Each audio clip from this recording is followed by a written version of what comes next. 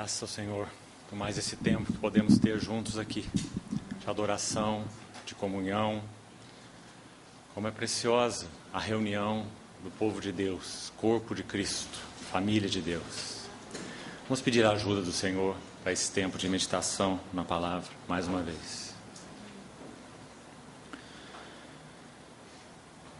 Senhor, somos tão agradecidos, porque nós podemos morar em Ti e ter o Senhor morando em nós. Que bendita união, que privilégio nosso.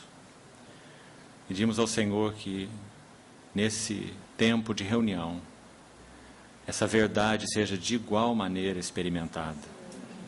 Nós somos o Teu povo, o Senhor é o nosso Deus.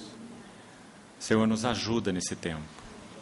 Envia o Teu socorro, envia a Tua habilitação, envia Tuas provisões, envia Teu equipamento para tudo que é necessário nessa noite de reunião. Queremos tocar o Senhor mesmo, queremos ouvir Tua voz, confiados na promessa de que nós seríamos todos por Ti mesmo ensinados. Tem misericórdia de nós e pela Tua fidelidade, usa esse tempo para edificar a Tua igreja. Abre a Tua palavra, o Senhor mesmo. Tu és o Senhor e o Mestre. Abre a Tua palavra para nós.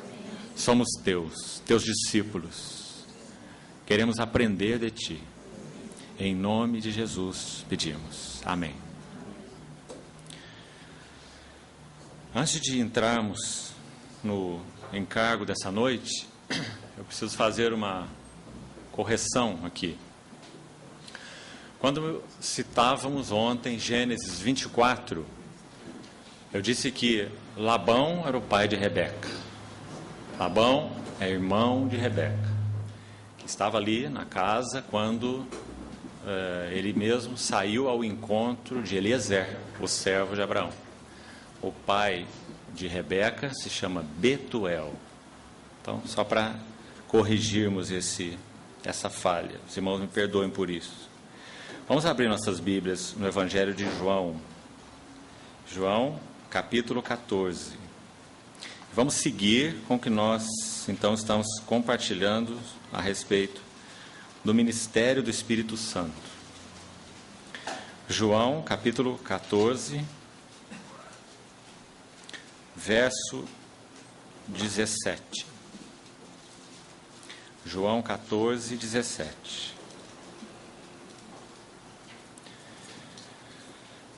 O Espírito da verdade, que o mundo não pode receber, porque não o vê e nem o conhece.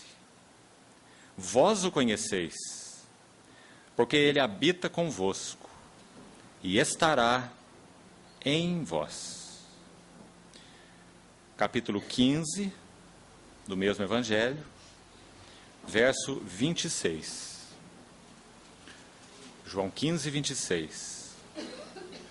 Quando, porém, vier o Consolador, que eu vos enviarei da parte do Pai, o Espírito da verdade, que dele procede, esse dará testemunho de mim, e vós também testemunhareis, porque estáis comigo desde o princípio. E ainda no capítulo 16, verso 13.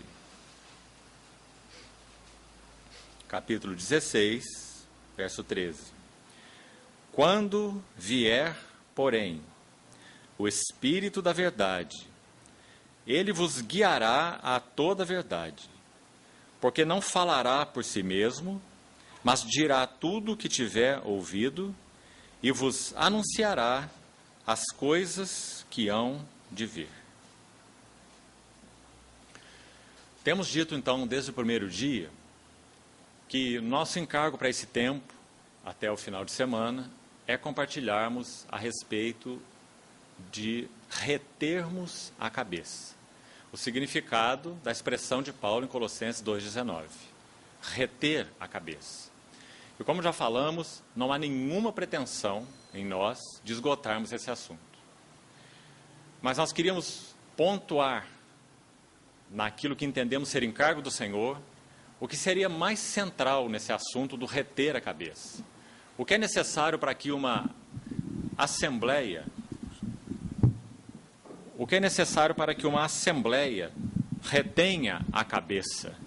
E o que é necessário, paralelamente, para que nós, como pessoas, também retenhamos a cabeça, embora o nosso foco, como falamos, será primordialmente nesse aspecto coletivo, esse aspecto da assembleia, esse aspecto da condução do Espírito, da liderança do Espírito, dos relacionamentos pelo Espírito, do servir no Espírito. Mas, repetindo uma vez mais, o aspecto pessoal e o aspecto corporativo são inseparáveis. E é muito óbvio o porquê. Nós somos membros de um corpo. O corpo funciona, os membros funcionam, o corpo funciona, então os dois aspectos são inseparáveis. O primeiro assunto que vimos foi a respeito de não nos distrairmos de Cristo. E o quão sério isso é. Interessante, irmãos. Nós vamos para a universidade, nós estudamos anatomia, nós estudamos astronomia, nós estudamos biologia. Nós vamos para o seminário, nós estudamos cristologia. Mas o que a Bíblia nos ensina a respeito de Cristo não é cristologia. Mas o Espírito da verdade nos foi enviado para que nós possamos conhecer a Cristo e não a cristologia. Infelizmente, numa boa parte dos seminários no nosso país, você entra com um pouco de fé e sai sem fé nenhuma. O chamado do Senhor para nós é que nós possamos conhecer Cristo como Ele é. E esse conhecimento só é possível pela instrumentalidade do Espírito Santo. Então nós lemos 3 textos aqui em João, capítulos 14, 15 e 16. Porque nosso segundo tópico, que iniciamos ontem, nesse assunto do reter a cabeça, é que é impossível, de maneira prática, real, retermos a cabeça se nós não formos liderados pelo Espírito Santo. Andar no Espírito de maneira nenhuma é uma opção. Ou nós andamos no Espírito, ou nós andamos na carne. Ou nós servimos no Espírito, ou nós servimos na carne.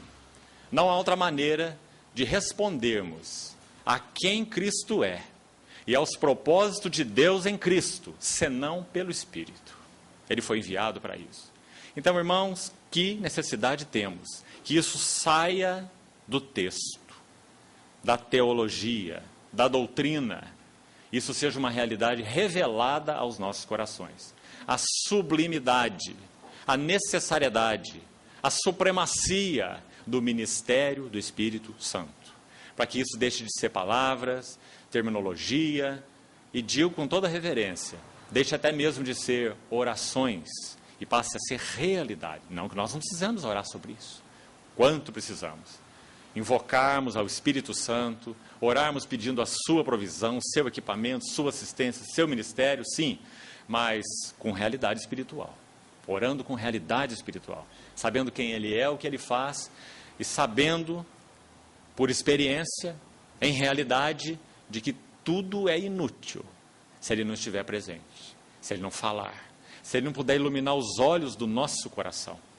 Se Ele não puder usar, seja o nosso intelecto, seja a nossa memória, mas Ele usar, para que nós não andemos por caminhos de especulações, de teologizações e de intelectualidades. Só o Espírito Santo pode nos livrar disso. Que o Senhor nos ajude, abra os nossos olhos. Há uma necessidade imensa da Igreja de Deus reconhecer o ministério do Espírito Santo e a necessidade dele. Nós estamos cheios de boas intenções, cheio de boa vontade, cheio de bons desejos, mas isso não edifica a igreja de Deus. O edificador da igreja de Deus, eu edificarei a minha igreja. E Ele o fez, Ele o faz pela instrumentalidade do Espírito Santo. Como vimos ontem, Ele apresentou o seu sangue a Deus, e Ele derramou o seu óleo para a sua igreja.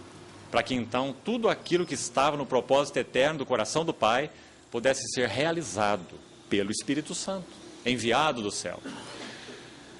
Seguindo então, de onde paramos ontem. Esses 3 textos têm muito a nos ajudar. E eu queria chamar a atenção para os destaques em cada um deles para os irmãos. Qual é o destaque do capítulo 14, verso 17? Olhe o verso de novo e olhe o contexto. E você vai ver que é muito claro.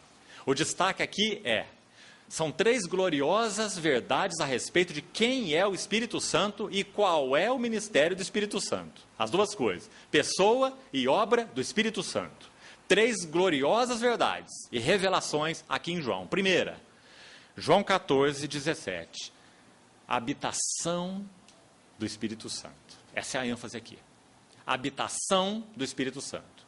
Quando o Senhor Jesus disse que esse Consolador habita convosco, ele está dizendo que ele próprio, no primeiro lugar, esse que é o Logos, o Verbo de Deus, ele era feito carne, o Consolador deles, ele próprio, era quem cuidava deles. Mas quando ele ascendesse ao trono como Deus homem e fosse entronizado, então ele enviaria da parte do Pai o Espírito Santo.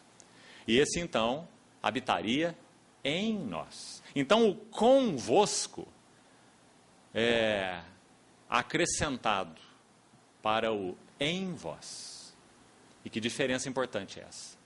Então a ênfase aqui é habitação do Espírito Santo. Graças ao Senhor. O Espírito Santo é espírito de habitação. Não é hóspede, não é visitante. Ele veio habitar. Quando no Pentecostes, Atos capítulo 2, também vimos ontem um pouco, ao cumprir-se o dia de Pentecostes. Quando o Pentecostes estava sendo cumprido. Então o Espírito Santo veio trazer a realidade espiritual daquilo que o Pentecostes tipificava. O que ele era? Era a festa das colheitas. 7 semanas contareis quando a foice começar na seara. Quando a foice começava na seara, primícias. Figura da ressurreição de Cristo, conforme 1 Coríntios 15. 7 semanas contareis, Pentecostes, a festa da colheita. Nele, o Espírito Santo foi derramado, como falamos ontem, para que a colheita de Deus estivesse assegurada. Então, ele é a garantia de que Deus obterá tudo o que ele planejou no seu eterno propósito. Então esse Espírito veio como Espírito de habitação, para cumprir tudo aquilo que o Pai planejou no Filho.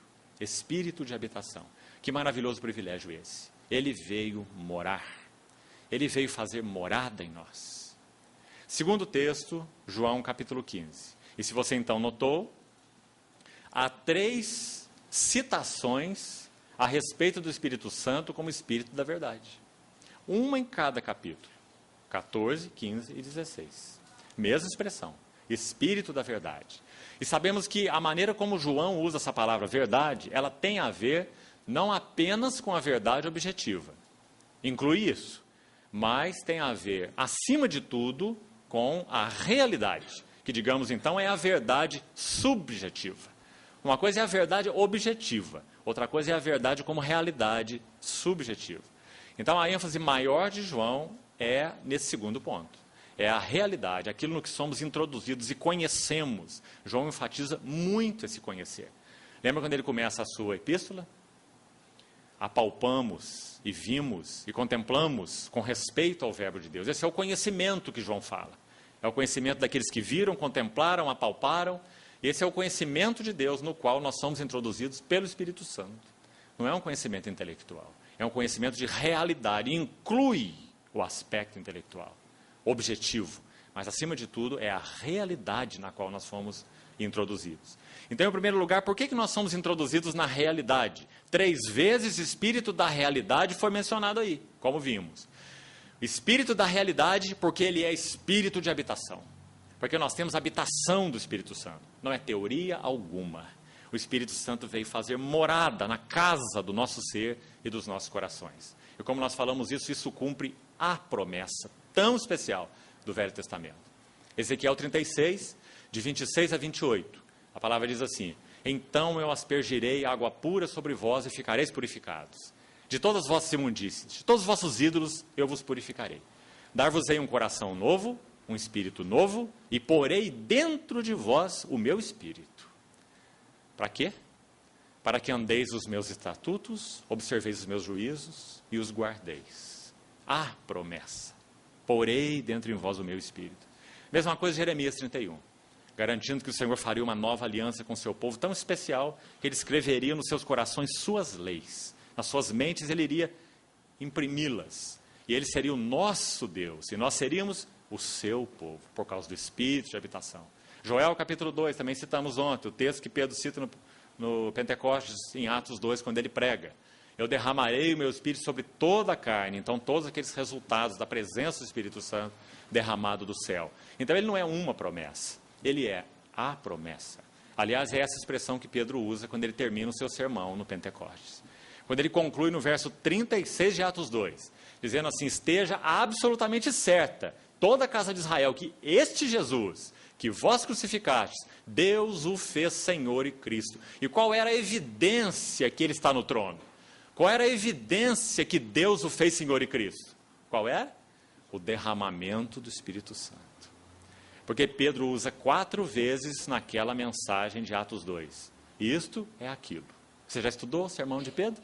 É um sermão de 7 pontos. E por 4 vezes, ele usa a expressão: isto é aquilo. Isso que está acontecendo é aquilo. Isso que ocorre é aquilo que foi dito. Né? Se referindo, então, ao Espírito Santo. Então, depois do verso 36, quando ele conclui seu sermão, ele recebe uma pergunta daqueles que ouviram. E a pergunta é: que faremos, irmãos? E o que ele responde? Arrependei-vos, cada um de vós seja batizado em nome de Jesus Cristo, para a remissão dos vossos pecados, e recebereis o dom, não um dom, mas o dom do Espírito Santo. E aí ele continua: porque há promessa, e não uma promessa, porque há promessa, aquela promessa tão esperada, a promessa do Velho Testamento, que Deus viria habitar no seu povo, seria um com o seu povo, serei seu Deus, eles serão meu povo. O Senhor poderia olhar para nós e dizer: é meu. Nós poderíamos olhar para ele e dizer: é nosso. Essa é a promessa da velha aliança. E nós obtivemos isso por causa do Espírito Santo, o Espírito de habitação. Habita convosco, mas ele estará, um passo mais, ele estará em vós. Que maravilhoso. A habitação do Espírito, capítulo 14, verso 17. No capítulo 15, o próximo passo. Qual é a ênfase? Olhe para a sua Bíblia. Capítulo 15, versos 26 e 27. Também está muito evidente. Aqui é o testemunho do Espírito. Esse mesmo Espírito Santo que veio habitar em nós, ele é o Espírito que dá testemunho. Graças ao Senhor por isso. Testemunho é resultado de andar no Espírito. Isso é testemunho. Testemunho, irmãos, não é um estilo de vida mudado. Graças ao Senhor, inclui isto. Testemunho não é um palavreado mudado. Testemunho não é uma maneira de vestir mudada. E realmente, de novo, graças ao Senhor, porque inclui tudo isso. Tudo isso tem importância. Mas testemunho está atrás de tudo isso. Testemunho é a habitação do Espírito Santo em nós. Ele é o Espírito que dá testemunho. Sabe por que ele dá testemunho? Segundo o contexto aqui de todos esses discursos preciosos, de João 13 até João 17, ele dá testemunho porque ele revela Cristo em nós. Ele me glorificará, diz o Senhor Jesus. Ele me glorificará. Por quê? Porque ele vai receber tudo que é meu e vou usar de anunciar. Ele vos introduzirá em toda a verdade. Então vós testemunhareis. O Espírito Santo é o Espírito de testemunho. Testemunho é andar no Espírito. Como isso precisa ficar claro para nós, não é? Porque a religião inverte isso. Você creu no Senhor, então agora, olhe, cuide de sua vida. Você precisa testemunhar. Não é? Testemunho é resultado da habitação do Espírito. O Espírito habita, nós aprendemos, nós que vivemos no Espírito, digamos como uma esfera, né? Romanos 8:9 diz assim: vós não estáis na carne, mas no Espírito. Viu isso? Não estáis na carne, mas no Espírito. Se de fato o Espírito de Cristo habita em vós. Mas em Gálatas 5:25 diz que esses que estão no Espírito, que esses que vivem no Espírito, devem também o quê? Andar no Espírito. Andar no Espírito. Então, de novo, cuidado apenas com a contemplação do assunto posicional. Estamos em Cristo, estamos no Espírito, não é? Nós estamos em Cristo, mas Cristo precisa ser formado em nós. Nós estamos no Espírito, vivemos no Espírito, mas precisamos andar no Espírito, não é? Então, toda verdade tem dois lados, o objetivo e o subjetivo. Então, a ênfase aqui no capítulo 15 é o testemunho do Espírito. Talvez fosse bom nós irmos a um texto aqui para ilustrar essa verdade tão maravilhosa e que poder e que descanso isso traz para nós. Se somos liderados pelo Espírito Santo e estamos com a ajuda do Senhor, aprendendo a andar no Espírito. Lucas capítulo 12, se você quiser consultar o texto, Lucas 12, 11 e 12. Esse texto diz assim, nosso Senhor falando para os seus discípulos, que quando eles fossem levados às autoridades, às sinagogas, eles não deveriam se preocupar com o que eles deviam responder. E sabe o que ele diz? Veja lá, vamos abrir esse texto. Gostaria muito que você o visse. Olha o que ele diz no versículo seguinte. Lucas 12, 12. Preste atenção. Porque o Espírito Santo vos ensinará naquela mesma hora. Naquela mesma hora. Que frase encorajadora é essa? Sabe por quê? Quando nós olhamos os dias por vir, nós pensamos assim, Senhor, se nós tivermos que encarar os dias do anticristo, serão dias de grande tribulação. Talvez a igreja terá que contar o pão naquele dia, se nós tivermos que passar aqueles dias, se tivermos que passar por esse tempo. Mas nós estamos olhando para o anticristo, nós estamos olhando para Cristo.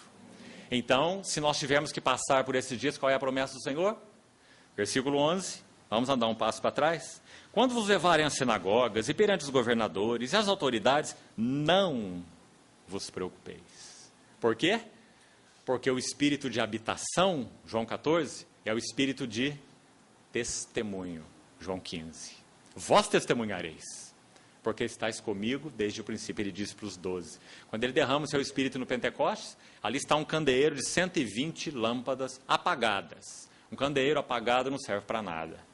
Mas quando o Espírito Santo desce no Pentecostes, o Senhor, diz o texto, desceu uma língua de fogo sobre cada um deles. Você vê que interessante essa relação, uma língua de fogo? Você vê o candeeiro aí?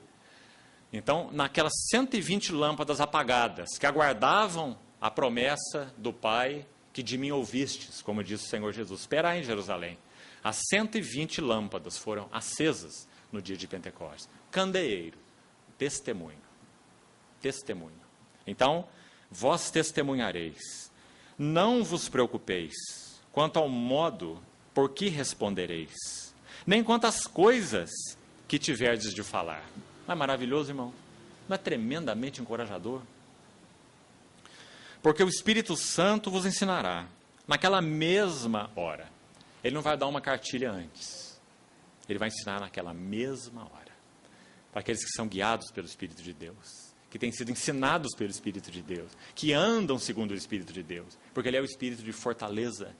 Isaías capítulo 11, os primeiros versos. Ele é o Espírito de fortaleza, ele é o Espírito de sabedoria, ele é o Espírito de conhecimento, ele é o Espírito de temor do Senhor. Né? Isaías 11 descreve aquele Espírito em 7 aspectos. Né? O Espírito Santo vos ensinará, naquela mesma hora, as coisas que deveis dizer. Então esse é o espírito de testemunho. Agora, veja a última menção que nós lemos. Vamos de novo, João 16. E aqui também é uma menção maravilhosa. Então no capítulo 14, a habitação do Espírito. No capítulo 15, o testemunho do Espírito. No capítulo 16, verso 13, a liderança do Espírito. Quando vier o Espírito da verdade, ou o Espírito da realidade, ele vos guiará. No capítulo 14, ele habitará. No capítulo 15, ele testemunhará. No capítulo 16, ele guiará a toda a verdade. Habitação, testemunho e liderança. Guarde isso. Medite sobre isso. Se deleite nisso. Adore a Deus por isso. E peçamos ao Senhor para nos introduzir nessas realidades. O Espírito da verdade que vos guiará, conduzir, guiar a toda a verdade, realidade. E aqui queria chamar a atenção dos irmãos para esse fato. O Espírito Santo é o único instrumento capaz de nos guiar à realidade espiritual. Se nós não somos conduzidos pelo Espírito, não há realidade espiritual no que fazemos. A reunião do povo de Deus é vã, se nós não temos uma atmosfera verdadeiramente espiritual. Se nós não temos sido conduzidos pelo Espírito. Se o Espírito Santo tem sido entristecido em nossas vidas.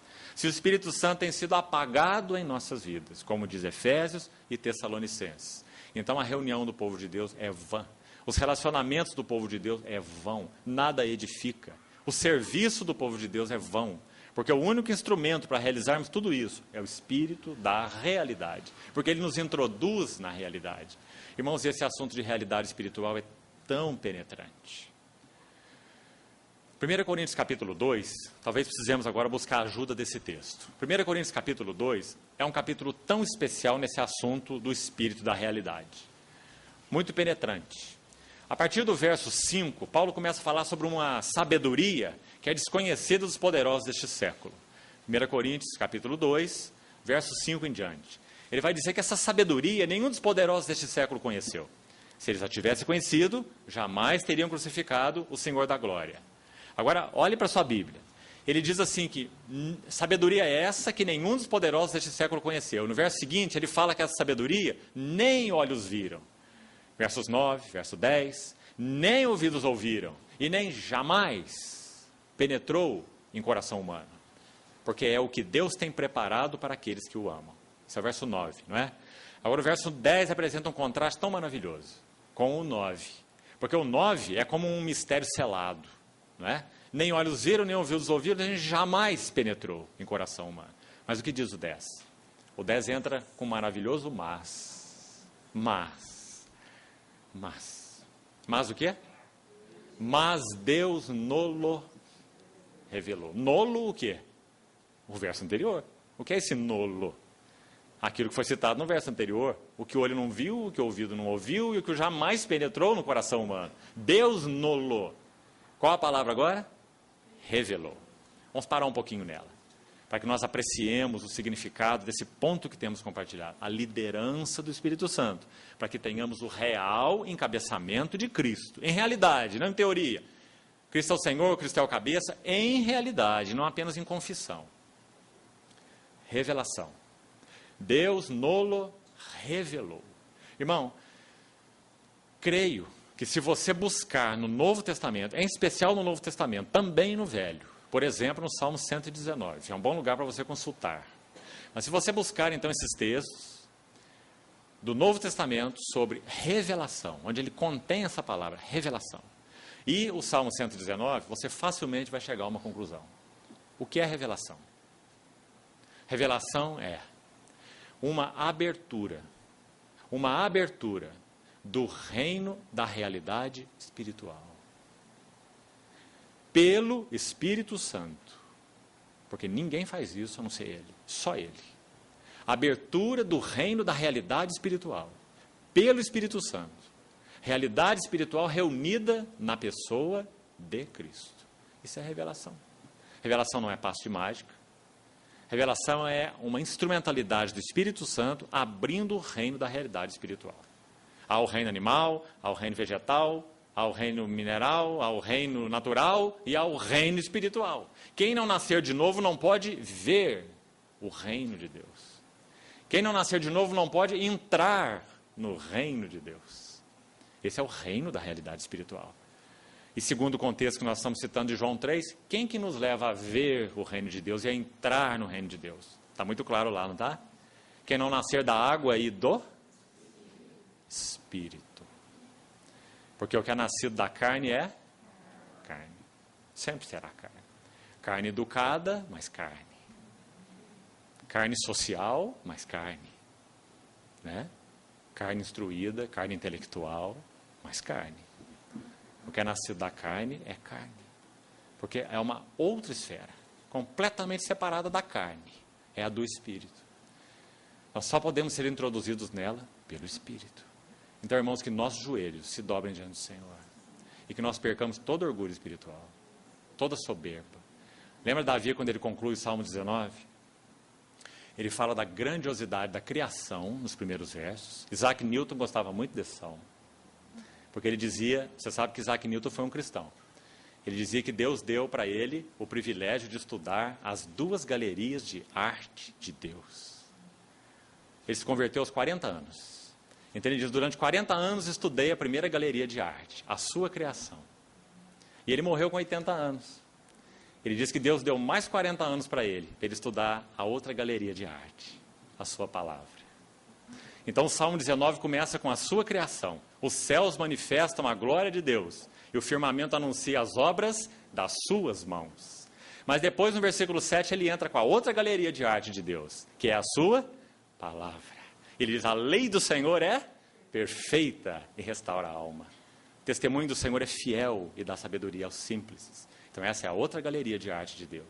Então depois ele falar da criação e da palavra, essas 2 galerias, ele termina dizendo assim, por eles, os teus testemunhos, a tua palavra, se admoesta o teu servo, em os guardar a grande recompensa. E olha, escute isso que ele diz, também da soberba guarda o teu servo, que ela não me domine, então eu serei irrepreensível e ficarei livre de uma grande transgressão. Irmãos, a soberba não é só uma transgressão. A soberba é a grande transgressão. Sabe por quê? Porque a soberba é o pecado de Lúcifer. Ele é o soberbo, aspirando aquilo que como criação e criatura ele nunca poderia ter. O lugar do verbo de Deus, do Filho de Deus, na glória de Deus. Então ele foi julgado por Deus, o soberbo, aspirando o que ele não tinha direito, por ser uma criatura. Então da soberba guarda teu servo, que ela não me domine. Sabe o que acontece na nossa jornada espiritual sem revelação? Sem que o Senhor mostre quem nós somos, esse nosso intelecto vão, essa nossa estrutura incapaz, conforme vamos avançar um pouco mais, daqui a pouco em 1 Coríntios 2. Sabe o que acontece conosco quando isso não acontece? Na medida em que crescemos espiritualmente, a soberba anda a par e passo com o nosso crescimento espiritual. Não nos enganemos. Quanto mais nós avançamos, sendo transformados de glória em glória, pela ação do Espírito de Deus, na imagem de Cristo, a soberba vai nos andando junto conosco, ao nosso lado. Ela vai dizendo assim para nós, olhe para você. Você está sendo transformado de glória em glória. Você está mais glorioso. Aquelas coisas que antes eram problema para você, hoje não são mais problemas. Aquelas coisas que antes enlaçavam você, antes não enlaçam mais. Olhe para você, essa é a voz da soberba. Você está sendo santificado. Você está se tornando melhor. Olha como Deus tem te usado. Você já escutou essa voz? Olhe como Deus tem te usado, como você é importante. Que pérola você é para o reino. Não é? Essa é a voz da soberba. É assim que ela caminha. Então nós vamos andando, crescendo genuinamente. Não é crescendo falsamente. É crescendo em Cristo. Cristo sendo formado em nós. E a soberba está aqui. Olhe para você. Como você está ficando belo, né? Então da soberba livra o teu servo, que ela não me domine, então serei irrepreensível e livre de uma grande transgressão. Sabe o que nos livra da soberba? Revelação. Revelação. Quem Cristo é? Quem nós somos? Temos esse tesouro em vasos de barro. Sabe, irmão, nós não achamos, na verdade, que esse vaso é de barro. Nós não achamos. Achamos que o tesouro é um tesouro e o vaso é de ouro, para conter o tesouro. Mas o vaso sempre será vaso de barro. E você já pensou que a única maneira de um vaso de barro mostrar o tesouro que há dentro é uma só? É fazer aquilo que Maria fez com o vaso de alabastro em João capítulo 12. Diz a palavra que ela quebrou o vaso de alabastro. Ela derramou o perfume e ungiu o nosso Senhor. E sabe o que diz um dos evangelistas? Que o perfume do bálsamo, ele encheu toda a casa. Que maravilhoso. Sabemos que Betânia é como uma miniatura da igreja, não é? Nós queremos que esse perfume de Cristo encha toda a casa. Nós queremos que esse perfume de Cristo encha toda a igreja. Só tem um caminho. O vaso precisa ser quebrado. Enquanto ele não for quebrado, não há perfume para encher a igreja. No nosso intelecto não há perfume. Nas nossas boas intenções não há perfume. Nos nossos sentimentos não há perfume. Não é? O vaso precisa ser quebrado para que o perfume encha toda a casa. Deus nolo revelou. Revelação é a abertura pelo Espírito Santo do reino da realidade espiritual. Para que ele abre esse reino da realidade espiritual? para nos introduzir nele. Ele não coloca uma mesa de banquete e nos deixa passando fome olhando para ela. Essa é a pobreza da abordagem intelectual da palavra. Você, de alguma forma, consegue até ver coisas preciosas, mas não come nada. Porque esse alimento não é intelectual, esse alimento é espiritual. Então, Deus nolo revelou pelo Espírito. Porque esse Espírito, a todas as coisas, perscruta. Voltando ao texto, 1 Coríntios 2, 10 em diante. A tudo sonda, perscruta. A palavra significa conhece por dentro, perscruta. A todas as coisas ele perscruta. Veja mais, até mesmo as profundezas de Deus. Oh, irmãos, esse é o Espírito que veio habitar em nós. Santo privilégio. Espírito de habitação. Aquele que sonda as profundezas de Deus. Sabe que nós falamos que muitos eruditos, né, eles são muito rigorosos com Paulo. Eles acham que Paulo, já falei, ele tinha que ser mais didático, né? Que ele vai escrevendo o texto e fica assim muito perdido no que ele escreve, na ideia deles, não é? Mas Paulo era um adorador. Paulo não era um cristólogo. Paulo não estudava cristologia. Paulo conhecia Cristo. Então, quando ele escreve suas epístolas, em um dado momento ele para de escrever e começa a adorar. Vários momentos. Romanos 8, 31. Ele para de escrever e começa a adorar. Ele diz, que diremos, pois, à vista dessas coisas? Se Deus é por nós, quem será contra nós? Aquele que não poupou o seu próprio filho e entra naquele canto de adoração. Até o verso 39, lembra-se? Nem a morte, nem vida, nem anjos, nem poderes, nem altura, nem fome, nem nudez, nem espada, nem perigo. Menciona um monte de coisas, né? Somos mais que vencedores, por meio daquele que nos amou. Nada nos separará do amor de Cristo, né? Romanos 8. E ele escreve mais alguns capítulos, só mais 3. Aí de novo, no final do capítulo 11, ó profundidade da riqueza, tanto da sabedoria como do conhecimento de Deus. Quão insondáveis são os seus juízos, quão inescrutáveis são os seus caminhos. Quem conheceu a mente do Senhor? Quem deu conselho para ele? Quem que primeiro deu alguma coisa para ele para que ele tenha que restituir? Porque dele, por meio dele, para ele, são todas as coisas. A ele, pois, a glória eternamente. Esse era Paulo. Alguém conhecia Cristo por revelação. O amor de Cristo me constrange. Então, irmãos, esse é o ministério do Espírito Santo. Deus nolo revelou pelo Espírito, porque o Espírito tudo perscruta, até as profundezas de Deus. Então ele vai seguindo aquele texto tão precioso sobre o ministério do Espírito Santo. Ele diz mais coisas. Ele diz, porque o homem natural, e aí estamos nós, com todo o nosso orgulho natural, de que somos, fazemos, temos e sabemos. O homem natural não entende. Que veredito esse, não é? Irmão, vamos perguntar solenemente diante do Senhor. Até que altura, até que profundidade do nosso ser, nós já recebemos esse veredito. Até onde foi esse veredito? Ele já foi lá nas entranhas? Ou a faca está só aqui na pele por enquanto? A cirurgia, por enquanto, é só cirurgia plástica. O que o Senhor quer fazer é cirurgia cardíaca. Não é? Então, pense sobre isso. O homem natural não entende. E aqui estamos nós. O Senhor nos ajude. Para quando nós tomarmos a sua palavra, a nossa oração seja esta. Aquela de Paulo em Efésios 1,17. Deus vos conceda, no seu conhecimento, espírito do quê? Sabedoria e revelação. Do contrário, nada. Nada, nada. Só vaguear. Rodar em círculos. Na palavra. Mas sem tocá-la. Porque essa é a instrumentalidade do Espírito Santo. Se ele não fizer, nada. Então, irmãos, que necessidade andarmos no Espírito, vivermos uma vida agradável ao Senhor, não entristecermos o Espírito Santo, não apagarmos o Espírito Santo, aprendermos esse caminho de andar no Espírito. Então, o homem natural não entende, mas ainda não parou aí. Na sequência do texto ele também vai dizer, o homem natural não aceita. Não aceita. Porque eles são loucura. E ele não pode entendê-las. Porque elas se discernem espiritualmente. Agora eu também queria avançar um pouco mais esse texto, porque nós temos mais ajuda ainda aí, sobre o ministério do bendito Espírito Santo. Ele vai dizer assim, nós porém falamos, isso diz Paulo, nós porém falamos, não em palavras ensinadas pela sabedoria humana, mas ensinadas pelo Espírito, verso 14, 15, final do capítulo 2. Palavras ensinadas pelo Espírito. Agora, olhe para a sua Bíblia, por favor. Aí há uma expressão que diz assim, conferindo coisas espirituais com espirituais. Sim? Você localizou aí? Há uma versão que diz, comparando coisas espirituais com espirituais. 1 aos Coríntios 2, 13. Conferindo coisas espirituais com espirituais. Final do verso 13. Ou comparando coisas espirituais com espirituais. Então, se você for buscar qual é o significado disso aqui, porque temos que admitir que não é uma frase fácil, não é?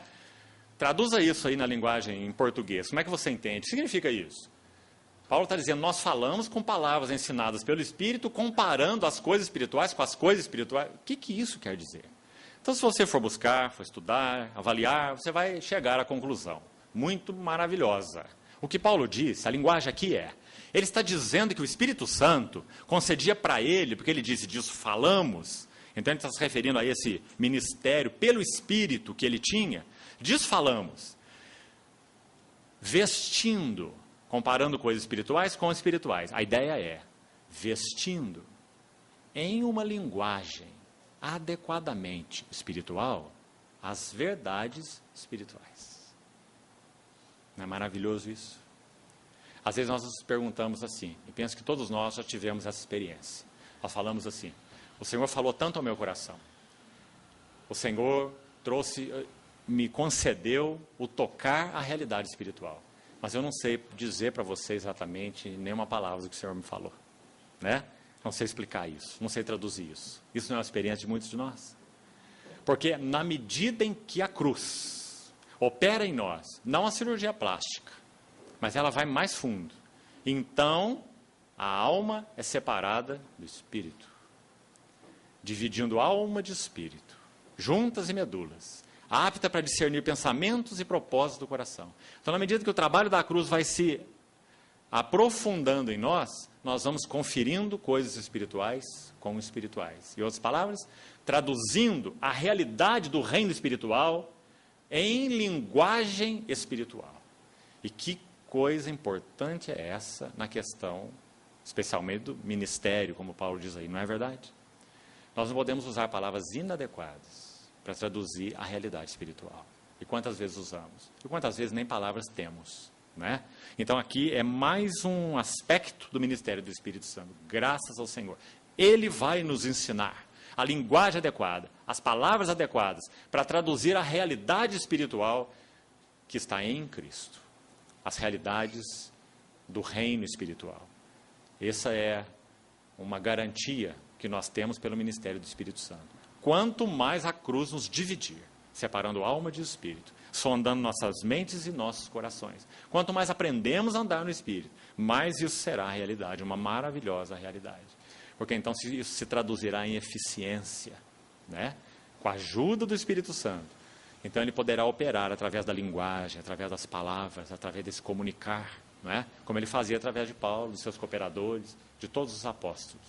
Então essa é mais um resultado do ministério do Espírito Santo em nós, através de nós. Vamos para mais um texto. Romanos capítulo 8. Nós vamos recolher aqui também algumas verdades sobre o ministério ainda do Espírito Santo e também, conforme o Senhor nos conduzir, até onde pudermos ir, na limitação de tempo que temos, também ver alguma coisa na Epístola aos Efésios. Romanos capítulo 8. Nós sabemos que esse é um capítulo muito especial sobre o Espírito Santo, um dos mais especiais do Novo Testamento. A quantidade de referência ao ministério do Espírito nesse capítulo é muito grande. E aspectos específicos do ministério do Espírito.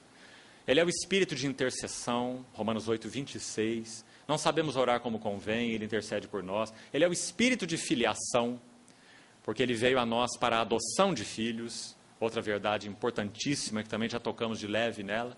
Ele veio para nos fazer plenamente filhos, filhos à imagem do Filho, não apenas para nos levar ao novo nascimento, não apenas para lançar luz naqueles que eram trevas, de trevas resplandecerá a luz, ele já fez isso, mas ele resplandeceu no nosso coração para a iluminação do conhecimento da glória de Deus na face de Cristo. Não é? Em outras palavras, formar Cristo em nós, e não apenas lançar luz nas trevas. Então, muito do ministério do Espírito Santo é descrito nesse texto, mas eu queria chamar a atenção para um ou dois aspectos apenas nesse capítulo. Primeiro, versos 3 e 4. Muitíssimo importantes. O que fora impossível para a lei, porque ela estava enferma pela carne. O que foi impossível para a lei? Nos aperfeiçoar, nos salvar. Romanos 7 é muito claro. A lei jamais aperfeiçoou coisa alguma. Então se introduz esperança superior pela qual nos chegamos a Deus. Né? Então, Romanos diz o que foi impossível para a lei, nos justificar, nos salvar, nos aperfeiçoar. Porque ela estava enferma pela carne. Não é pela fraqueza da lei, é pela fraqueza da carne. Então ele diz, isso fez Deus. O que o homem não podia fazer, isso fez Deus. Ele enviou seu próprio Filho, em semelhança de carne pecaminosa. Ele assumiu corpo humano, natureza humana, sem natureza pecaminosa. Então, em semelhança de carne pecaminosa, porque nele não existe pecado.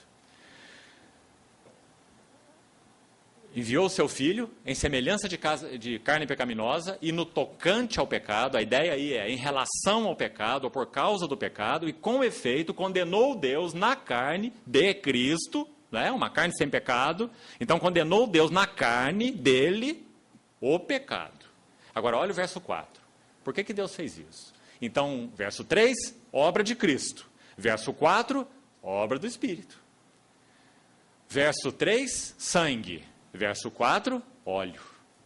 Então por que Deus fez isso enviando seu Filho? Verso 4, a fim de que o preceito da lei, porque nenhum i, nenhum tio jamais passará da lei, até que tudo se cumpra.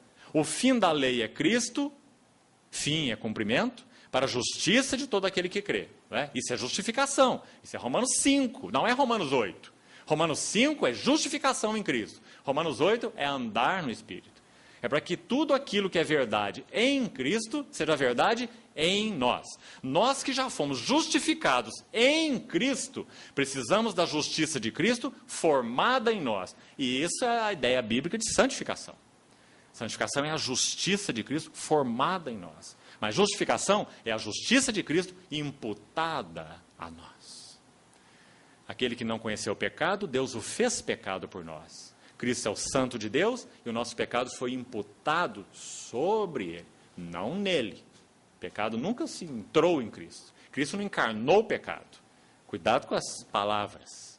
Ele assumiu o nosso pecado sobre ele. E da mesma maneira para conosco. Quando nós fomos justificados, nós éramos os injustos. E a justiça que Cristo cumpriu foi imputada sobre nós. Então, quando Deus nos olha, Ele nos olha debaixo da justiça de Cristo. Isso é justificação. Mas isso é apenas a porta. Agora, o Espírito Santo foi enviado para quê? Romanos 8,4. Para que o preceito da lei, para que a justiça da lei, para que a santidade da lei, ela se cumpra em nós. Como? Pela única maneira possível, que não andamos segundo a carne, mas segundo o Espírito. Então, irmãos, está aqui mais um aspecto precioso do ministério do Espírito Santo. Na medida em que andamos no Espírito, o preceito da lei se cumpre em nós. Em outras palavras, nós podemos agradar a Deus. Vamos colocar isso em palavras mais explícitas. Preceito da lei. Perguntaram para o Senhor Jesus qual era o maior mandamento da lei, ou como se resumiria a lei. Como ele respondeu? Que a lei toda se resume em: amarás o Senhor teu Deus de todo o teu coração, integralidade, toda a tua alma, todo o teu entendimento e todas as suas forças. Aí ele diz assim, e outro semelhante a este é. Sabe por que ele toma cuidado com essas palavras? Porque, na verdade, esse aspecto do amor funciona assim. Ele é regido pelo aspecto vertical. Se nós amamos a Deus com nosso coração, mente, alma, forças, Este aspecto horizontal, ele será inevitável, graças ao Senhor. Nós amaremos aos nossos irmãos. Então, por isso que ele diz, se resume nisso. Agora, vamos aplicar isso a esse verso. Então, o preceito da lei. Qual lei? O que é a lei? Amarás o Senhor teu Deus, de todo o teu coração. Irmãos, a única maneira do preceito da lei, amar a Deus de todo o coração. A única maneira dos rivais de Cristo serem afastados do nosso coração é se nós andarmos segundo o Espírito. Para que o preceito da lei se cumpra em nós. Que não andamos segundo a carne, mas segundo o Espírito. Se aprendemos a andar segundo o Espírito, nós amaremos o Senhor de todo o nosso coração. Graças ao Senhor, porque a provisão do Espírito foi dada neste nível, nessa profundidade. Se andarmos no Espírito, os rivais de Cristo serão afastados do nosso coração. Graças ao Senhor. De certa forma, nós nem precisaremos combatê-los diretamente. Nós os combateremos indiretamente. Amando a Cristo, focados em Cristo, vivendo para Cristo, vivendo de Cristo e vivendo em Cristo. Então, os rivais de Cristo serão afastados do nosso coração, porque o preceito da lei se cumpre em nós, que não andamos segundo a carne, mas segundo o Espírito. Então, que grande encorajamento. Sim, nós podemos amar a Deus de todo o nosso coração. Cuidado, amado irmão, com qualquer visão que não te introduza na plena verdade desse fato que está sendo afirmado aqui. Toda provisão nós temos pelo Espírito de Deus para amarmos o Senhor de todo o nosso coração. Nós não precisaremos viver vidas divididas. Não precisaremos viver com dois amores, dois alvos, duas ambições. Uma coisa faço, deixando as coisas que para trás ficam e avançando para as que diante de mim estão. Prossigo para o alvo. Ganhar a Cristo e ser achado nele. Perdi todas as coisas e as considero como esterco, lixo, inútil, refúgio, para ganhar a Cristo e ser achado nele. Por que isso é possível a nós? Por causa do espírito de habitação. Porque o preceito da lei é essa requisição da lei, é essa, amarás o Senhor teu Deus, sem divisão, de todo o coração. Então isso é possível pelo ministério do Espírito Santo. Ainda nesse capítulo, mais uma verdade. Veja o verso 14. Como nós falamos, são vários aspectos que você vai encontrar aqui sobre o ministério do Espírito. O verso 14 diz: todos os que são guiados, e também já vimos isso em João 16, né? A liderança do Espírito Santo. Ele, o Espírito da realidade, ele vos guiará a toda a realidade. Porque o Senhor Jesus é o caminho, a realidade e a vida. Então o Espírito Santo glorifica Cristo, ele nos introduz na realidade que é Cristo, na realidade das coisas espirituais, na realidade do reino espiritual. Então, todos os que são guiados pelo Espírito de Deus. E aqui precisamos chamar a atenção para uma coisa. A palavra filhos, usada aqui, neste verso, é uma palavra que denota filhos que não são mais criancinhas, mas sim filhos que já são crescidos, maduros. Isso tem muito significado, porque está dizendo que esses são mais crescidos exatamente porque aprenderam a ser guiados pelo Espírito de Deus. Então, outra nota importante nesse capítulo. A última, para irmos um pouco para o livro de Efésios. Veja o verso 26, que também nós já citamos. Tão precioso. O Espírito semelhantemente nos assiste. E a ideia aqui é dar suporte. Assistência no sentido de suporte, né? Em nossa fraqueza, porque não sabemos. Está aqui mais um veredito, que precisa ir fundo em nós. Sabe, irmãos, o que a soberba fez conosco é um desastre total. Muitas vezes nós somos apaixonados até pela nossa voz. E quando nós oramos, nós contemplamos nossa oração. Quando nós adoramos, nós também contemplamos a nossa adoração. 2 lugares, pelo menos no Velho Testamento, apresentam esse princípio de uma maneira chocante, dramática. E penso que nós, com a ajuda do Senhor, precisamos encarar isso. Vou citar os 2 para os irmãos. Primeiro, a composição do incenso sagrado. no livro de Números. E também no livro de Êxodo é citado. Quando o incenso sagrado era feito, havia especiarias específicas para serem moídas junto com o incenso e fazer aquela formulação para o incenso sagrado. E há uma determinação na palavra que diz assim: todo aquele do povo que fizer tal incenso, com essa composição, para o cheirar, será eliminado do meio do povo. Incenso fala do quê? O livro de Apocalipse vai nos dizer: as taças de ouro cheias de incenso. E o incenso são as orações dos santos. Incenso fala de oração, incenso fala de adoração. Todas as vezes que nós o cheirarmos, será eliminado do meio do povo. Sabe o que isso significa? Todas as vezes que nós cheiramos nossa própria oração, todas as vezes que nós cheiramos nossa própria adoração, resultado, morte. Espiritualmente falando, morte. Não tocamos o Senhor. Nós fizemos incenso para nós. Então você já viu alguns irmãos perguntarem assim: você gostou da reunião hoje? Isso é cheirar o próprio incenso. Você gostou da reunião? A reunião não é para nós gostarmos, nem nos não gostarmos. Não é? A reunião é para nós ouvirmos Cristo, sentarmos aos pés dele, exalarmos todo o incenso para ele em adoração. Se ele se satisfizer, nós estaremos tão cheios de satisfação que não vamos nos conter. Não vamos ter nem vontade de ir embora. Não é? Porque ele ficou satisfeito. Esse incenso não é para nós. E de novo, Oséias 8,13. Se você conferir esse versículo lá, você vai ver de novo a mesma questão terrível, seríssima, para nós como povo de Deus. Oséias foi um profeta, mais um, que advertiu o povo duramente. E sabe o que ele diz nesse capítulo 8,13, Oséias? Ele fala assim, que o povo de Deus amava o sacrifício. Ou, em outras palavras, amava o culto. Amava oferecer sacrifício, amava levar lá os animais, amava oferecer aquilo teoricamente para Deus. Amam o sacrifício, por isso sacrificam. E ele termina dizendo assim: porque gostam da carne e a comem. Mas como termina o verso? Mas o Senhor não os aceita. Não é sério, irmão? Se nós não formos conduzidos pelo Espírito, esse vai ser o resultado.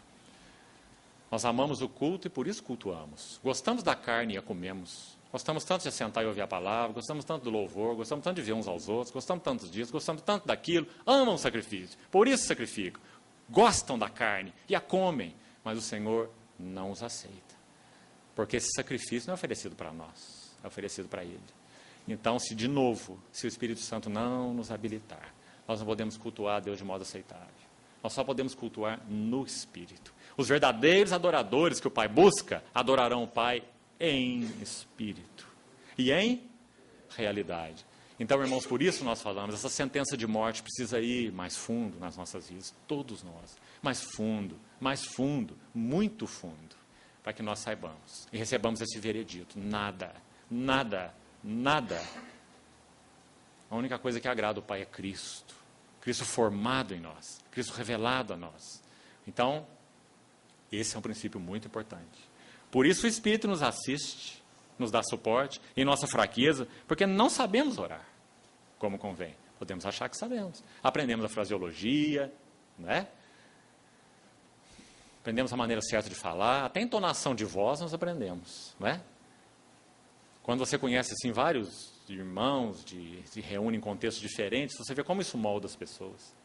Como molda? Até o tom de voz, de maneira geral, de irmãos orarem é o mesmo, não é? Porque imitam uns aos outros. A fraseologia, a entonação, tudo. Não sabemos orar como convém, mas o mesmo Espírito intercede por nós, sobremaneira, com gemidos inexprimíveis. E aquele que sonda os corações sabe qual é a mente do Espírito. Porque é segundo a vontade de Deus que ele, o Espírito, intercede pelos santos. Qual é a vontade de Deus? Segundo esse contexto aqui.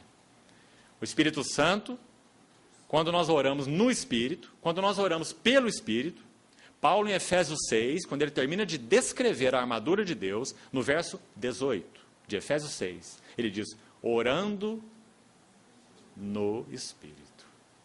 Orando no Espírito. Nós podemos orar na carne. E frequentemente o fazemos, né? Então aqui está dizendo que quando nós oramos então no Espírito e pelo Espírito, que nos dá suporte em nossa fraqueza, ele ora segundo a vontade de Deus. Qual vontade?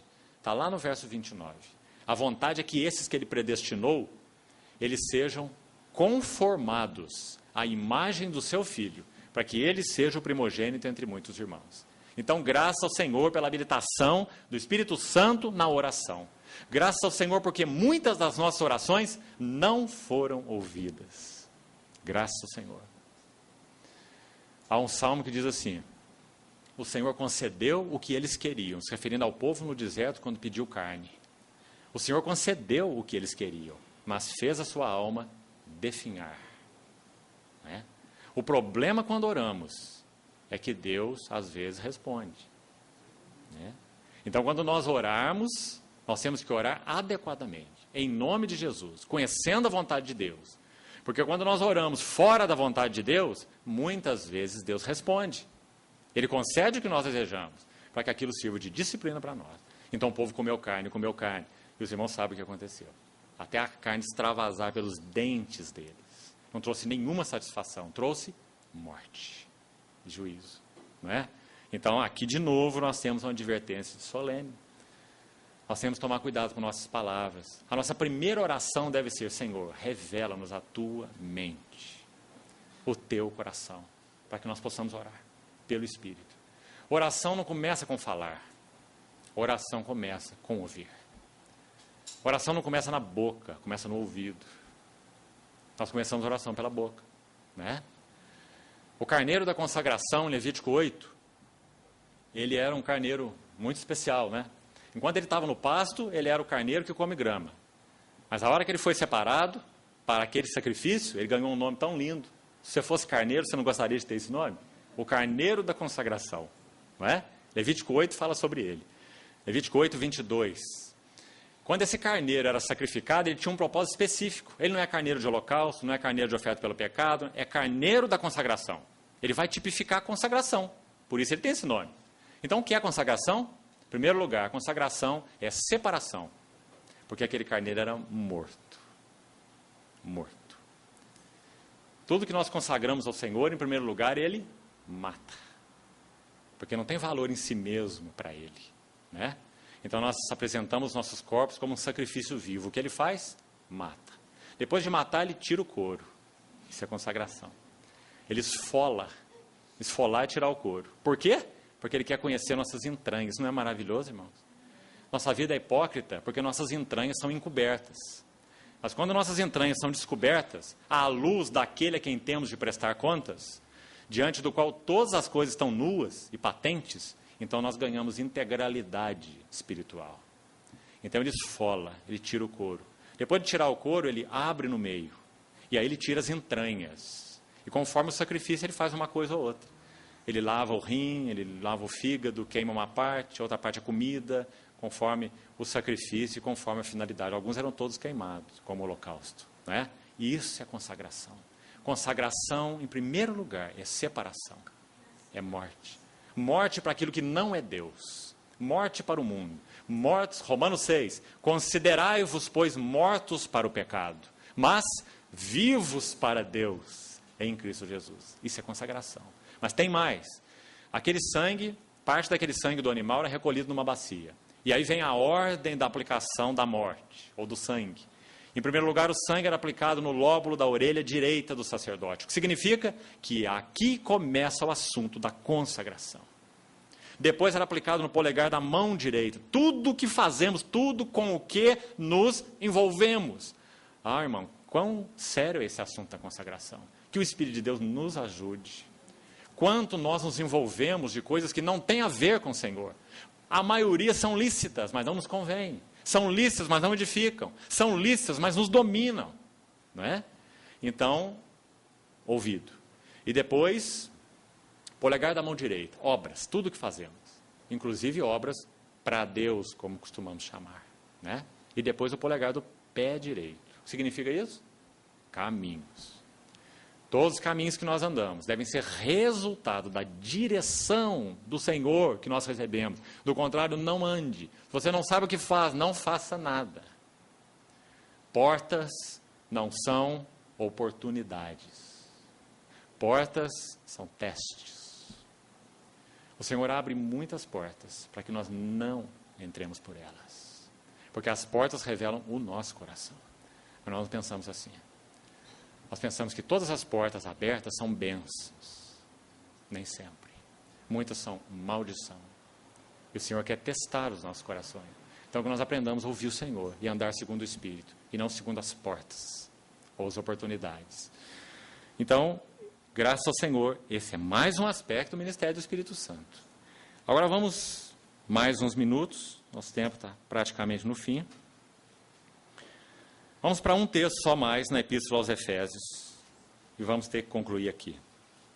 Amanhã vamos, com a ajuda do Senhor, dar mais um passo no assunto de reter a Cristo como cabeça. Vamos para Efésios capítulo 4. E vamos ver alguns versículos a partir do verso 30, onde menciona mais uma vez o Espírito Santo nessa carta. Encorajaria os irmãos a fazer uma leitura da carta aos Efésios, observando quantas vezes o Espírito Santo é citado nela, porque é uma rica carta sobre o Espírito Santo. Para te ajudar, eu então já te adiantaria, são 11 vezes, 11 referências sobre o Espírito Santo e o que ele faz nessa carta, o ministério dele. Então, uma rica carta sobre o Espírito Santo. Aqui, no verso 30, não entristeçais o Espírito de Deus no qual fostes selados. Agora, no capítulo 5, verso 18, nós vamos ver algo rapidamente entre esses dois versos. O 4:30, não entristeçais o Espírito de Deus, e a próxima vez que o Espírito de Deus, Espírito Santo, é mencionado nessa epístola, está no capítulo 5, verso 18. E não vos embriagueis com vinho, no qual há dissolução, mas enchei-vos do Espírito. Então há uma lacuna aí entre estas duas menções.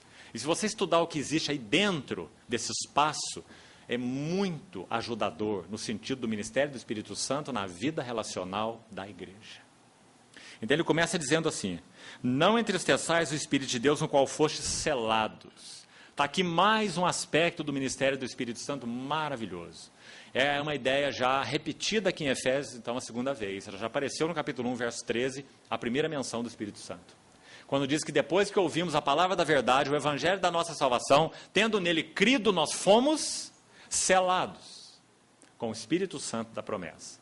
Se você buscar ajuda, lá no livro de Daniel, está longe de Efésios, mas vai nos ajudar muito. Se você buscar ajuda no livro de Daniel, capítulo 6, verso 17, sabe o que você vai ver lá? O significado do selo. O que significa ser selado. Daniel 6,17 diz que Daniel foi colocado numa cova de leões, e uma pedra foi colocada sobre a cova. E diz que aquela pedra foi selada, com o anel do rei e dos seus grandes. Agora escute, para que ela foi selada? O texto de Daniel diz assim: para que nada se mudasse a respeito de Daniel. Essa é a finalidade do selo do Espírito, ou do Espírito como selo. Quando nós recebemos, em realidade, o Espírito de habitação, ele veio nos selar para que nada se mude a nosso respeito. Em outras palavras, nós fomos selados com o Espírito de pertencimento. Nós pertencemos ao Senhor Jesus. Por isso Paulo fala: nada poderá nos separar do amor de Deus que está em Cristo Jesus, o nosso Senhor. Esse é o selo do Espírito. Nada se mudasse a respeito de Daniel. Então esse Espírito que nos selou para o dia da redenção. E agora ele vai entrar no aspecto do mover do Espírito, dos relacionamentos no Espírito, na vida da igreja. Então nós vamos ser muito ajudados nesse contexto. Vamos passar rápido sobre ele, só alguns aspectos. Ele começa dizendo assim: longe de vós toda, não é se é pequena, média, grande, é toda a amargura. Irmãos, graças ao Senhor. A palavra de Deus não é mística. A palavra de Deus é espiritual e por isso mesmo ela é prática. Porque o espiritual é prático. Nosso querido irmão, servo de Deus, irmão Stephen Kong, certa vez ele disse assim: a vida cristã é sobrenaturalmente natural e naturalmente sobrenatural. Essa é a vida cristã. Esse é o reino da realidade espiritual. Você não tem cabeça e pé no céu. Você tem cabeça no céu e pé na terra. Porque nós somos testemunhos, né? Então, aqui diz, longe de vós toda amargura. Não haja entre vós nenhuma raiz de amargura que, brotando, vos perturbe. E por meio dela, muitos sejam contaminados. Então, irmãos, nós queremos encabeçamento de Cristo. Você está vendo como essas coisas estão aí etéreas, suspensas no ar, vagueando por aí? Como elas são práticas, como elas são reais. Nós queremos ser uma assembleia liderada pelo Espírito Santo. Está aqui um tremendo guia. Não entristeçais o Espírito de Deus no qual fostes selados. Em primeiro lugar, longe de vós, todo tipo de amargura. Porque essa raiz brota, perturba e contamina. E nós perdemos a liderança do Espírito e perdemos então o quê? Encabeçamento de Cristo. Como reter a cabeça se é o Espírito Santo que estabelece a senhoria de Cristo? E ele está entristecido. Impossível. Não podemos fazer nada no Espírito. Nem nos amar, nem servir, nem sermos edificados. Nada. Seríamos só um bando de cultuadores, né? Um monte de religiosos. Mas, graças ao Senhor, esse não é nosso chamado. Nós somos habitados pelo Espírito Santo. Mas não entristeçamos o Espírito Santo. Longe de vós. Toda amargura, cólera, ira, gritaria, blasfêmias e bem assim toda malícia. Malícia. O amor não suspeita mal. Antes, sede uns para com os outros. Aspectos negativos no 31, aspectos positivos no 32. Essa maneira do Mestre, Espírito Santo, ensinar. Ele sempre bate dos dois lados, né? Negativo e positivo. Sempre mantém esse equilíbrio, sempre. Então, longe de vós, tudo aquilo, antes, sede uns para com os outros benignos, compassivos, perdoando-os aos outros, como também Deus em Cristo perdoou, imitadores de Deus, como filhos amados, andai em amor. Nós vamos buscar essa ênfase aqui mais tarde, em outro passo, andar em amor. Versículo 3, vá olhando para a sua Bíblia, veja quanta ajuda nós recebemos, e sempre mantenha o foco nessa leitura, nesse prisma. Queremos ser liderados pelo Espírito Santo? Queremos ter o encabeçamento de Cristo na nossa vida, no nosso relacionamento e também nas nossas reuniões? Então o manual está na nossa mão. Não entristeçais o Espírito de Deus. Porque é Ele quem estabelece isso. Então, longe de vós, impudicícia. Impudicícia fala de imoralidade. Toda sorte de impurezas ou cobiça. Todas essas três palavras têm a ver com imoralidade. Impudicícia, impureza e cobiça. Nem sequer se nomeia entre vós como convém a santos. Nem uma conversa torpe. Palavra forte essa aqui. A palavra torpe no original, literalmente significa um cheiro que é um fedor, não é? Como aquele peixe estragado no mercado. Essa é a ideia da palavra torpe. Conversação suja, torpe. Nem palavras vãs. Nós achamos que às vezes a primeira frase não nos inclui, né? Conversa suja, conversa torpe. Mas palavras vãs é uma coisa mais delicada. O que é a palavra vã? Não saia da vossa boca nenhuma palavra torpe, Paulo já disse nos versos anteriores, mas sim unicamente aquela que for boa para edificação. Sigamos as coisas da paz uns com os outros e as da edificação, ele diz em Romanos. Então, irmãos, nossos relacionamentos não são sociais. Nós seguimos as coisas da edificação, exortando-nos, encorajando-nos, admoestando-nos, né? Palavras vãs, chocarrice. Chocarrice é uma conversa sem graça, umas piadas picantes, coisas que não levam a nada, que não significam nada, que não tem conteúdo de nada. Isso é chocarrice, né? Quantas vezes nós confundimos comunhão com conversação? Quantas vezes nós achamos que fazer churrasco junto é comunhão? Comunhão é muito mais do que isso, né? Comunhão é algo em Cristo, no Espírito.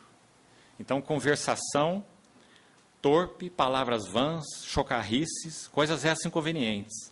Antes, pelo contrário, ações de graças. E ele segue no texto, verso 8, ele diz, porque outrora eres trevas, porém agora sois luz no Senhor. Veja, sois, isso é fato. Mas o que vem na frente? De novo, andai.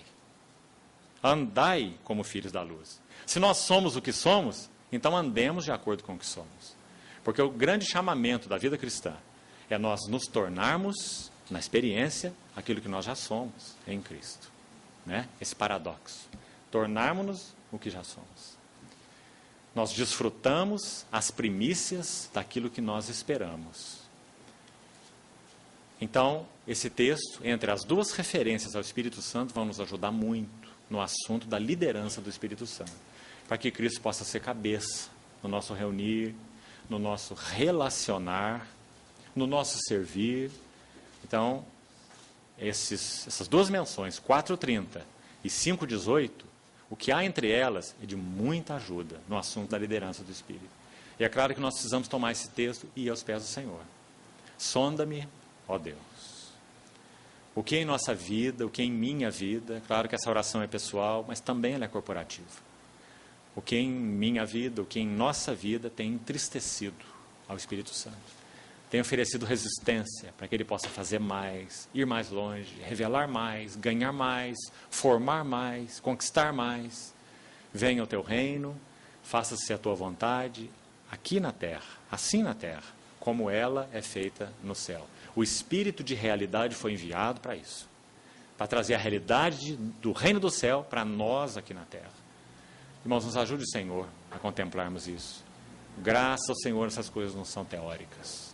Graças ao Senhor, essas coisas não são doutrinárias. Graças ao Senhor, essas coisas são reais. Nós somos introduzidos no reino da realidade espiritual. Nós já vimos o reino. Nós já entramos no reino. Agora, andemos no reino. Porque para isso nós fomos chamados. Você lembra, concluindo, quando nosso Senhor Jesus, em Mateus 13, naquela parábola do semeador, depois que ele propôs a parábola, a primeira parábola, que estabelece lá um princípio naquele capítulo, para todas as outras, ele fala algo tão precioso. Para nós que pelo Espírito estamos sendo introduzidos no reino da realidade espiritual. Ele fala assim: bem-aventurados são os vossos olhos, porque veem, e os vossos ouvidos, porque ouvem. Muitos profetas e justos desejaram ver o que vedes, e não viram. Desejaram ouvir o que ouvis, mas não ouviram. Nem Isaías, nem Jeremias, nem Davi, nem Abraão, nem Daniel ouviram nada do que nós ouvimos. Porque Deus nos falou no Filho, a quem constituiu o herdeiro de todas as coisas. Então ele diz: bem-aventurados são os vossos olhos, porque veem, vossos ouvidos, porque ouvem.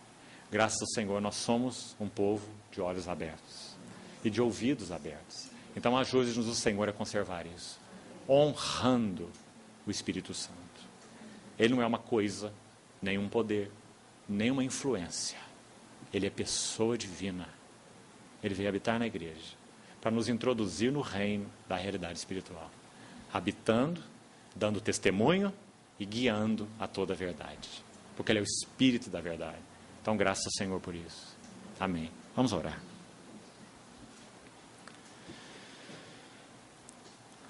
Senhor, nós te pedimos que o Senhor, em verdade, dê às nossas vidas esse veredito profundo e final de quem nós somos em nós mesmos. Ó Senhor, quanto carecemos disso. Quão iludidos nós somos quanto a nós, quão enganados, presunçosos, arrogantes e soberbos, pretensiosos. Senhor, nos ajuda, que esse teu veredito pelo Espírito, pela tua palavra, penetre fundo nos nossos corações, e que o Senhor grave em nós: sem mim, nada podeis fazer. Ajuda-nos, Senhor. Também nos ajuda, paralelamente, a descobrir o grandioso ministério do Espírito Santo, como Espírito que habita, como Espírito que dá testemunho e como Espírito que guia a toda a realidade. Introduz-nos, Senhor, mais profundamente no reino da realidade espiritual. Queremos viver a atmosfera desse reino, expressando quem o Senhor é, através das nossas vidas. Nos guia a toda a realidade. Nós te pedimos, confiadamente, em nome do Senhor Jesus. Amém.